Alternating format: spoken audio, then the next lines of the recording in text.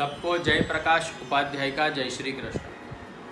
नारायणं नमस्कृत्यं नरं चैव नरोत्तमं देवीं सरस्वतीं व्यासं ततो जयमुदीरये।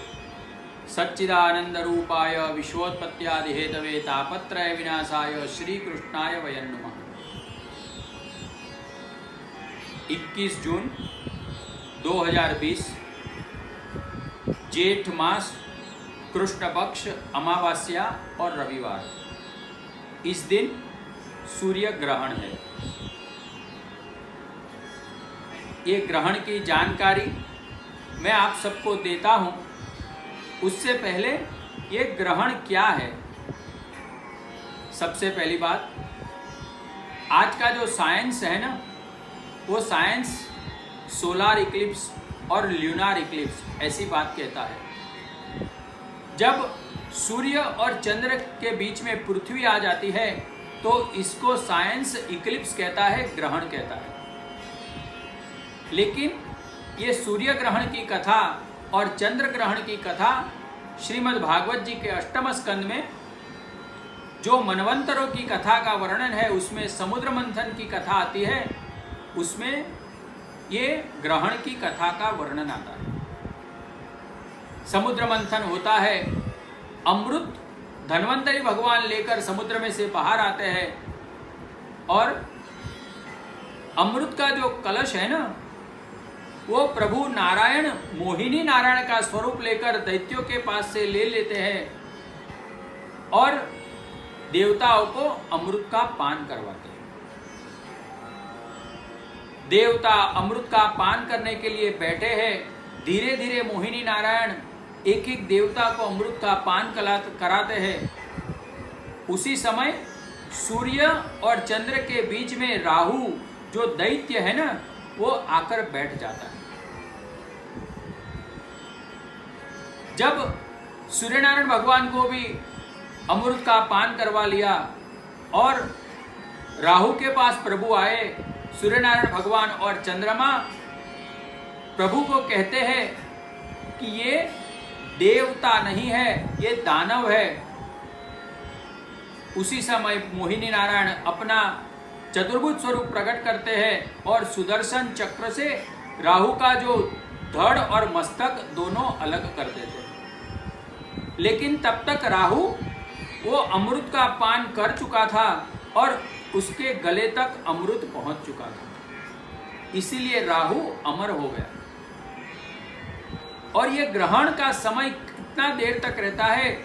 जितना समय सुदर्शन चक्र राहु का धड़ और मस्तक अलग करते हैं ना, उतना समय ही ग्रहण रहता है। ये राहु सूर्य और चंद्र के बीच में आकर ही क्यों बैठा? वरुण देव के बीच में आकर नहीं बैठा, पवन देव के बीच में आकर नहीं बैठा, सूर्य और चंद्र के बीच में आकर ही क्यों बैठा? सूर्य देव का अर्थ है बुद्धि और चंद्रमा का अर्थ है मन। बुद्धि और मन के बीच में राहु यानी नेगेटिविटी आती है ना, तभी ग्रहण लगता है।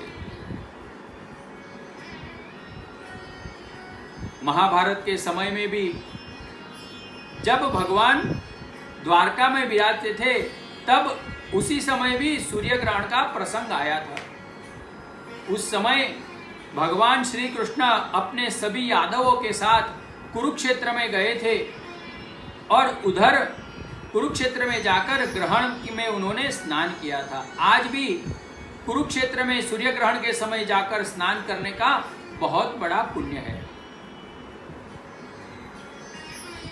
ये सूर्य और चंद्र के बीच में राहु जो आता है ना, राहु वो नेगेटिविटी है। वो सूर्य यानी हमारी बुद्धि बिगाड़ता है और चंद्र यानी हमारा मन भी राहु बिगाड़ देता है।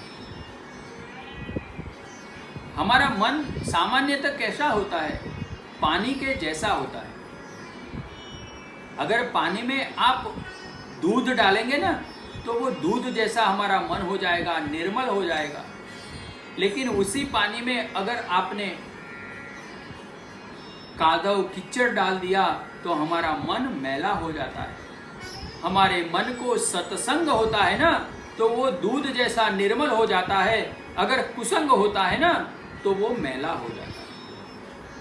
ये सबसे बचने के लिए ग्रहण काल में हमें प्रभु के सन्मुख बैठना है। आपने बड़े बुजुर्गों की बात सुनी होगी, बोलते हुए थे कि ग्रहण के समय खाना नहीं चाहिए, जलपान नहीं करना चाहिए, मलमूत्र का त्याग नहीं करना चाहिए।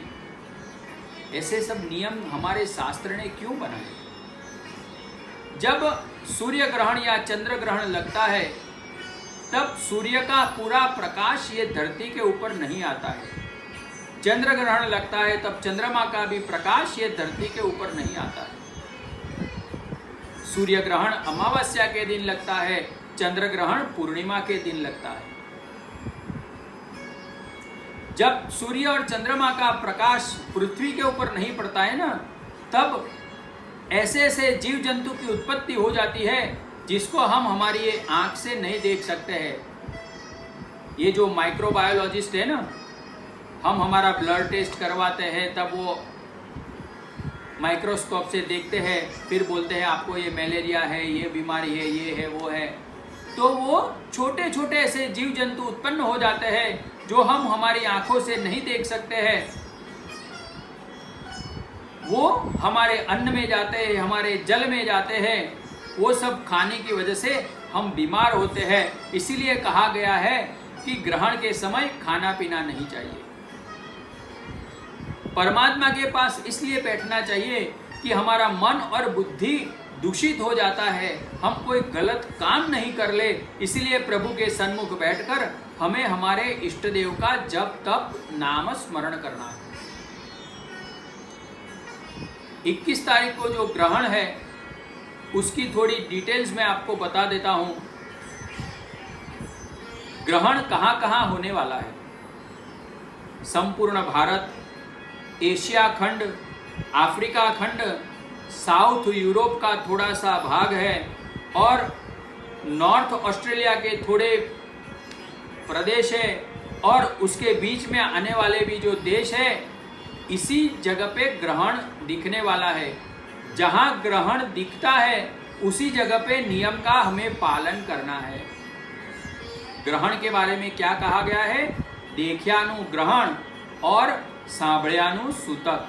मतलब ग्रहण देखने से लगता है और सूतक की बात सुनने से लगती है।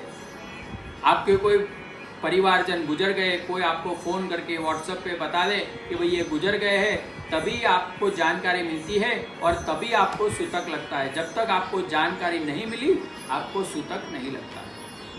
और ग्रहण जिस प्रदेश में, जिस देश में ग्रहण दिखने वाला है ना, उसी जगह पे हमें ग्रहण के नियमों का पालन करना है। ये ग्रहण का जो पुण्य काल है वो ग्रहण की शुरुआत से लेकर ग्रहण की समाप्ति तक उसका पुण्य काल है। ग्रहण का वेद मतलब उसकी शुरुआत जो होती है ना, वो 20 जून 2020 रात्रि 10 बजे से ग्रहण के वेद की शुरुआत है।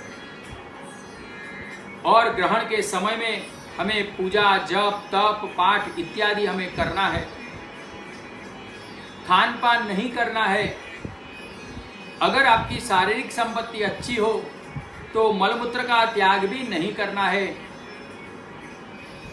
ग्रहण के शुरू होने से पहले हमें क्या करना है? सबसे पहले स्नान करना है। स्नान करने के बाद आप शुद्ध वस्त्र पहनकर अपने भगवान के पास बैठ जाइए, मंदिर के पास बैठ जाइए और आपके जो भी इष्ट देव है, आपके गुरु महाराज ने आपको जो मंत्र दिया है, सदगुरु ने जो मंत्र दिया है, उसका बैठकर पाठ कीजिए, जप कीजिए, ध्यान कीजिए। ये ग्रहण का जो विशेष महत्व है, इसमें नर्मदा जल से स्नान करना बहुत महत्व लिखा है। अभी ये परिस्थिति में तो हम नर्मदा जी स्नान करने के लिए जा नहीं सकते। अगर आपके घर में नर्मदा जल हो ना, तो थोड़ा बाल्टी में डालकर आप नर्मदा जी का स्मरण करके नर्मदा स्नान कर लीजिए। और जैसे ही ग्रहण पूरा हो जाता है, ग्रहण समाप्त हो जाता है, उसके बाद भी आपको फिर से स्नान करना है और बाद में आप अपने नित्य नियम पे काम में लग सकते हैं। ग्रहण में आप जो दान देते हैं ना, उसका पुण्य बहुत लिखा है। खल यज्ञे विवाहे संक्रांते ग्रहणे तथा पुत्र जन्मे व्यतीपाते दत्तम भवतु चाक्षया। खल यज्ञ मतलब जब खेत में अन्न सबसे पहली बार निकाल के ऐसे बड़े बड़े ढग लगाते हैं, उसमें से आप जो दान करते हो, आपके घर में विवाह का यानी शादी का प्रसंग हो, पुत्र जन्म हो, व्यतिपात योग हो, ये सब समय पे, ग्रहण के समय पे आपने जो दान दिया है ना, दत्तम भवतु चाक्षयः, उसका अक्षय फल मिलता है। ये ग्रहण पूरा होने के बाद यथामति यथाशक्ति आपकी जो भी इच्छा है, अपने ब्राह्मण को, अपने गुरुदेव को, कोई गरीब को आप दान दे सकते हो। ग्रहण का जो मुख्य समय है वो अलग अलग शहरों में अलग अलग प्रकार से है। मैं ध्यान से बोलता हूँ, आप सुन लीजिए। सबसे पहले मुंबई में ग्रहण की जो शुरुआत है वो 21 तारीख रविवार सवेरे 10:01 से शुरुआत होगी। उसका मध्य यानी ग्रहण का जो सेंटर टाइम है वो 11:38 है और मोक्ष यानी ग्रहण समाप्ति का समय है वो 13:28 यानी दोपहर के 1:28 है। उसी प्रकार से बड़ौदे में 10:04 को ग्रहण की शुरुआत होगी। उसका जो मध्य है, सेंटर है, वो 11:43 का होगा। उसकी जो समाप्ति है वो 13:33 की, मतलब 1:33 की है। दिल्ली में 10:20, उसका मध्य 12:02 और समाप्ति दोपहर को 1:49, 13:49, 13:49 ये रेलवे टाइम है। अहमदाबाद में 10:04, मध्य है 11:42 और समाप्ति है 1:32। सूरत में 10:02 और मध्य है 11:41 और उसकी समाप्ति है 13:31। ये सब जो नियमों की मैंने बात की, ये इसका पालन किसको करना है? जिसकी शारीरिक संपत्ति, जिसका स्वास्थ्य अच्छा है, उसको ये सब नियम का पालन करना है। जो कोई बड़े बुजुर्ग है, बालक है, जो माता बहनों को अच्छे दिन है, गर्भवती महिलाएं हैं, अगर वे नियम का पालन नहीं कर सके तो उसमें उसको कोई दोष लगता नहीं है। ये हमारे शास्त्र सम्मत बात है। दूसरी बात, जो कोई भी व्यक्ति, आपके सगे संबंधी, हमारे भी सगे संबंधी परदेश में रहते हैं, जो यहाँ मैंने बताया अफ्रीका है, ऑस्ट्रेलिया है, यूरोप है, तो आपको इंडिया का जो टाइम है उसके हिसाब से आपके यहाँ जो टाइम होता है ना, उसी के प्रकार से आपको अपने देश का जो टाइम है, यहाँ इंडियन स्टैंडर्ड टाइम मैंने बताया, आपका जो भी टाइम जोन है उसके हिसाब से देखकर आपको ये ग्रहण के नियमों का पालन करना है। खास करके ये ग्रहण के समय में प्रभु के सन्मुख बैठिए, प्रभु का नाम सुमिरन करिए, भगवान का नाम का भजन कीजिए। और जब ग्रहण पूरा हो जाता है, ब्राह्मणों को स्नान करने के बाद अपना यज्ञोपवीत जनेऊ बदल देना है। और जो वैष्णव है, जिन्होंने अपने गुरु के नाम की कंठी अपने गले में पहनी है, वो कंठी भी उनको बदल देनी है। हमारे घर में तो अनाज सब भरा हुआ होता है, उसको भी ग्रहण की असर नहीं लगे, इसीलिए दर्भ जो हवन में हम उसका उपयोग करते हैं, दर्भ आप रख दीजिए हर एक जगह पे, तो उसके ऊपर ग्रहण की असर नहीं होगी। आपने देखा होगा, सुना होगा, हमारे ऋषि मुनि दर्भासन पर बैठते थे। दर्भासन पर बैठने से दर्भ में ऐसी शक्ति है कि कोई भी नेगेटिव चीज उसके पास आ नहीं सकती।